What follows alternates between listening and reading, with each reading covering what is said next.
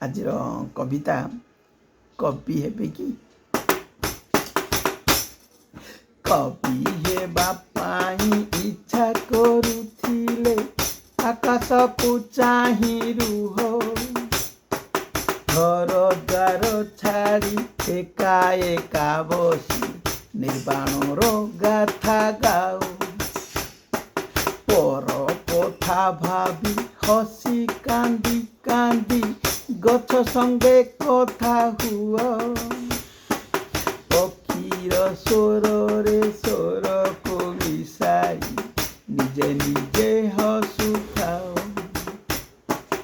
ଆକାଶରୁ ତୋଳି ଆଣି ତାରା ଫୁଲ ଜହ୍ନର ସହିତ ମିତ, ଗ୍ରୀଷ୍ମର ଉତ୍ତାପ ଅନୁଭବ କର ହେଲେ ହେଇଥାଉ ଶୀତ,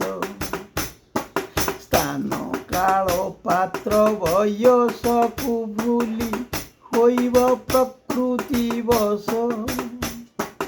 ଉଦାର ହୃଦୟ ସମ୍ବେଦନଶୀଳ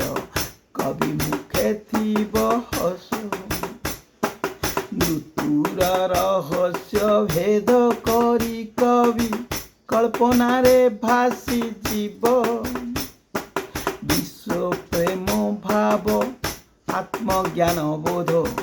କର୍ମରେ ବିଶ୍ୱାସ ଥିବ,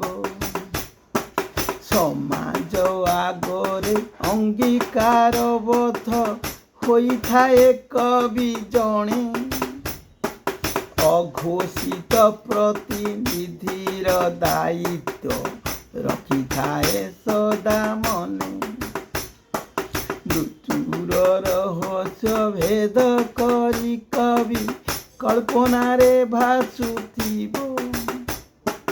ବିଶ୍ୱ ପ୍ରେମ ଭାବ ଆତ୍ମଜ୍ଞାନ ବୋଧ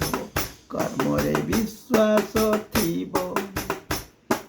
ସମାଜ ଆଗରେ ଅଙ୍ଗୀକାରବଦ୍ଧ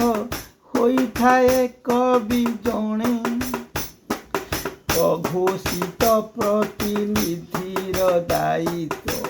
ରଖିଥାଏ ସଦା ମନେ, କବି